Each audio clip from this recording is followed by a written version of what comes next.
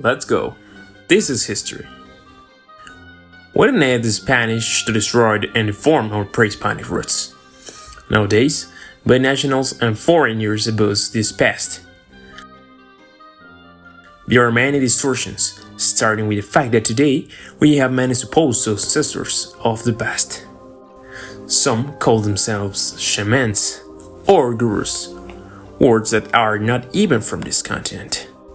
Or others like spiritual guides, tlatoanis, knowledge elders, etc. And yes, there are people who genuinely know, but there are also many charlatans. Many of these proclaim themselves as defenders and promoters for various pre-Hispanic cultures, and some even claim to be descendants of ancestral lineages. I've also met people who said that Cuauhtémoc himself speaks to them or that they even receive information from aliens.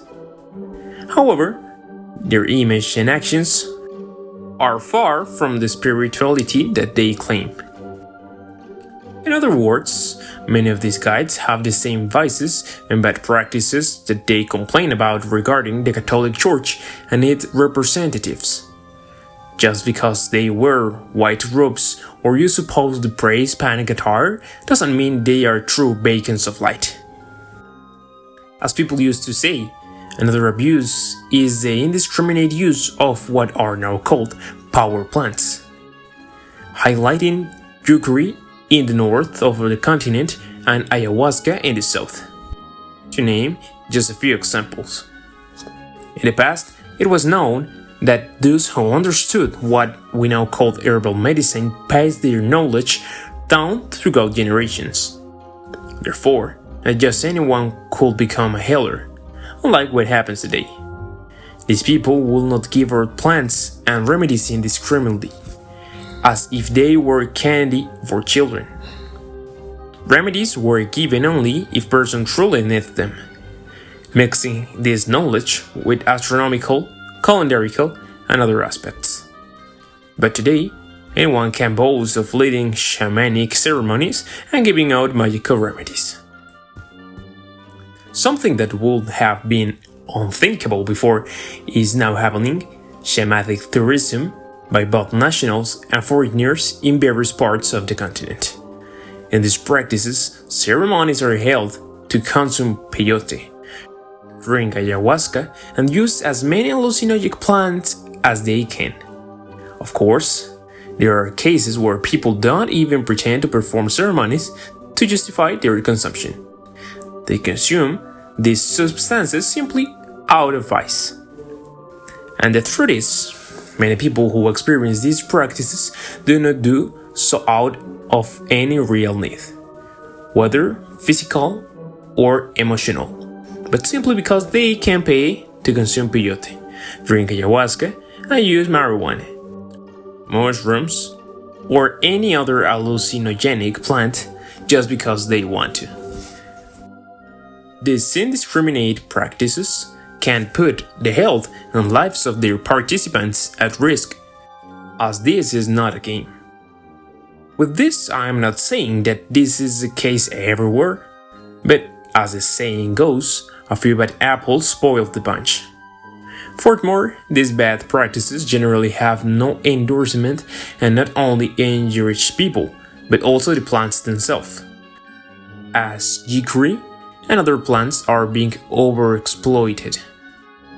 These plants are harvested indiscriminately just to be sold, and in the future, this could put them at risk of extinction, just because some people want to have a good spiritual trip. And without leaving this topic, we can't forget the consumption of alcoholic beverages and supposedly sacred events. There are also people who claim to represent that past and say that things should be as they were before the invasion or conquest. But, of course, only when it suits them, as we see in the precedent of the regulation of pulque, and by extension, all alcoholic beverages today. It is documented that, at least among central groups, one could not get drunk except in exceptional cases, Severe punishments awaited those who drank pulque without permission. For a first offense of drunkenness, a person's house will be destroyed, their heads shaved, and they will be taken to the market to be publicly shamed. If they reoffended and were from the commoner class, they will be killed. But if they were noble, they were killed the first time. However, today it's not just pulque. An alcoholic beverage is consumed on these supposedly sacred occasions, with men and women walking around intoxicated or drugged during ceremonies, dances, sweat lodges, shamanic walks, etc. Yet, if you call them out on these behaviors, the so-called spiritual beings get offended. Another shameful aspect, coined by the late Miguel León Portilla, is that we marvel at dead Indians, but we don't care about the living ones. And that's true. There are countless examples in politics, the arts, and many facets of Mexican society where people flaunt indigenous attire, which is a modern update of the pre-Hispanic past. But those who wear them know little or nothing about these cultures, using them only as fashion. And let's not forget the plagiarism that many commit with this. Not to mention the disdain for their work, as many haggle with artisans over their work, only to sell the same products later at double or triple the price, both inside and outside Mexico. Another abuse is our inability to care for the respect the few things that still survive from the past. There are countless examples in archaeological zones where people live, graffiti structures, and discarded signs. All of this leads to the situation where, in many places, you can only see the structures from a distance due to the lack of education among people. Some have even fallen and died due to carelessness or negligence. Another abuse in Tonamatl related to these places has been going on for decades with the so-called spring equinox celebrations.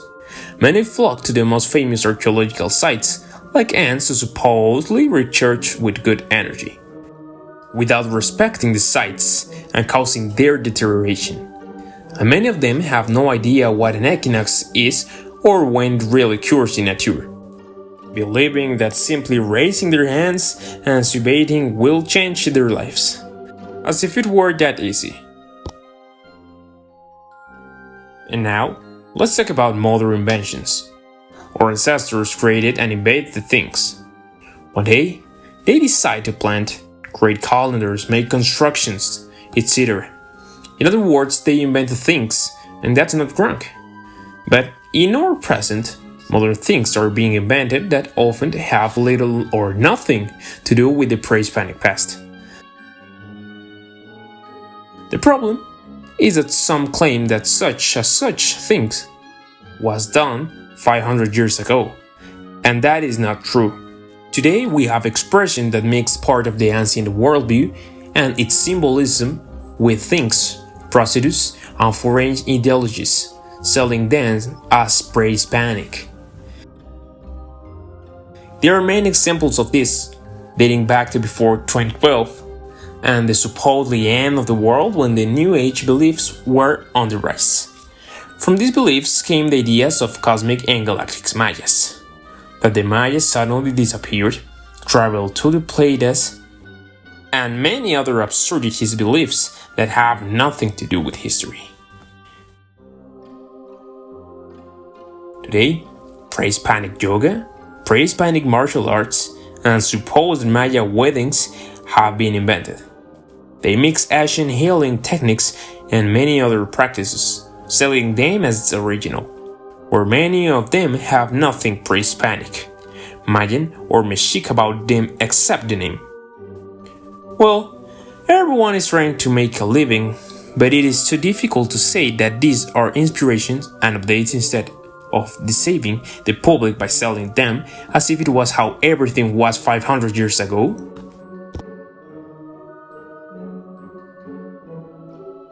And let's not talk about how the pre-Hispanic past is treated in entertainment products, where often the information is so bad it's laughable. But for many, it's enough to hear the sound of a conch shell, where feeders and use Chinese name as a calendar. And you've got your pre-Hispanic entertainment product mixed with aliens. These are some of the abuses and distortions I have witnessed firsthand. And of course, our ancestors were perfect either. But today, we are supposed to have more intelligence, technology, and information for a better understanding of the past. But instead, in many cases, these new things are only being done because they are eye-catching to put on a show, without delving deeper into what lay advantages of the good faith and ignorance of others. So, tell me, have you witnessed this or other abuses of our pre-Hispanic past? And how could we improve?